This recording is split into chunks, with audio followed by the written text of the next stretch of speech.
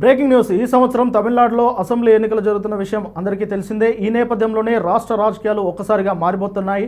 ముఖ్యంగా తమిళనాడులో బీజేపీ పాగా వేయాలని చూస్తూ ఉన్నది. ఇలాంటి నేపథ్యంలో సీఎం స్టాలిన్ అక్కడ పన్నీర్ సెల్వంతో మాట్లాడము, ఆ తర్వాత పన్నీర్ సెల్వం ఒక వీడియో రిలీజ్ చేయడం ఇప్పుడు రాష్ట్ర రాజకీయాలను కుదిపేస్తూ ఉన్నది. ఇక్కడ అనూహ్యమైన ట్విస్ట్ చోటు చేసుకున్నట్టు తెలుస్తూ ఉన్నది.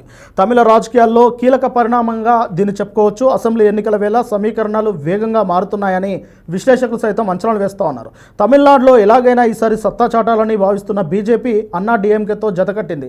అటు డీఎంకే తిరిగి తమదే అధికారం అనే ధీమాతో ఉంది. సినీ హీరో విజయ్ రాజకీయంగా తొలి అడుగులోనే సక్సెస్ రేటు నిరూపించుకోవాలని ప్రయత్నిస్తున్నారు. ఇదే సమయంలో సీఎం స్టాలిన్ వ్యూహాత్మకంగా అడుగులు వేస్తున్నారు. తిరిగి అధికారమే లక్ష్యంగా వేస్తున్న అడుగులు ఇప్పుడు రాజకీయంగా సంచలనంగా మారుతున్నాయి. అసెంబ్లీ ఎన్నికల సమయంలో తమిళనాడులో కీలక పరిణామాలు చోటు చేసుకుంటున్నాయి. అన్నా డీఎంకేతో జత కట్టడం ద్వారా తమిళనాడులో బలం పెరుగుతుందని బీజేపీ నేతలు కొత్త లెక్కలు వేశారు.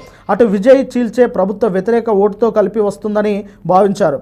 ఇటు ముఖ్యమంత్రి స్టాలిన్ ఎన్నికలు సమీపిస్తున్న కొద్దీ కొత్త నిర్ణయాలు అమలు చేస్తున్నారు.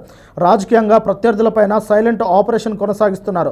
తాజాగా మాజీ ముఖ్యమంత్రి అన్నా డీఎంకే వాలంటీర్ల హక్కుల పునరుద్ధరణ కమిటీ సమన్వయకర్త పన్నీర్ సెల్వం ముఖ్యమంత్రి స్టాలిన్ను కలిశారు. ఇద్దరు 1-to-1 సమావేశమయ్యారు. సుదీర్ఘంగా సాగిన భేటీలో ఎన్నికలు, ప్రస్తుత పరిస్థితులు, భవిష్యత్తు వ్యూహాలపైన చర్చించారు. స్టాలిన్ పాలన బాగుందని, తిరిగి డీఎంకే అధికారంలోకి వస్తుందని పన్నీర్ సెల్వం చేసిన వ్యాఖ్యలు ఇప్పుడు తమిళనాడు రాజకీయాల్లో కీలక మలుపుగా తిరుగుతూ ఉన్నాయి. పన్నీర్ సెల్వం అసెంబ్లీ ప్రాంగణంలో సీఎం స్టాలిన్ను స్వయంగా కలవడం, ఆయన పాలనను ప్రశంసించడం ద్వారా రాజకీయంగా స్పష్టమైన సంకేతాలు ఇచ్చినట్లు విశ్లేషకులు మొదలయ్యాయి. అలాగే స్టాలిన్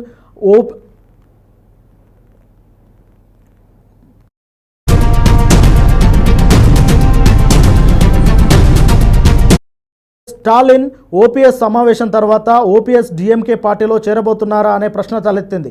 ఓపీఎస్ మద్దతుదారులు ఒక్కొక్కరిగా ఆయనను వదిలిపెడుతున్నందున 1 లేదా 2 రోజుల్లో ఆయన ఒక ప్రధాన నిర్ణయాన్ని ప్రకటించే అవకాశం ఉన్నట్లు సమాచారం సాగుతుంది. కాగా డీఎంకే 5 ఏళ్ల పాలనను పొగిడిన పన్నీర్ సెల్వం డీఎంకే పాలనపై ప్రజల్లో నమ్మకం ఉందని వ్యాఖ్యానించారు. వచ్చే ఎన్నికల్లో మళ్ళీ డీఎంకే గెలుస్తుందంటూ సంచలన వ్యాఖ్యలు చేశారు. దీని ద్వారా ఇక పన్నీర్ సెల్వం డీఎంకేలో చేరడం లాంఛనంగానే మారుతుంది. అటు విజయ్ కొత్తగా ఎన్నికల బరిలో దిగుతున్నారు. డీఎంకే, ఎన్డీఏ రాజకీయ వ్యూహాలను జాగ్రత్తగా గమనిస్తూ అభ్యర్థుల ఖరారుపైన ఫోకస్ చేశారు. దీంతో ఎన్నికల ముందే రాజకీయాల్లో రాష్ట్రంలో ఉత్కంఠ కొనసాగుతోంది.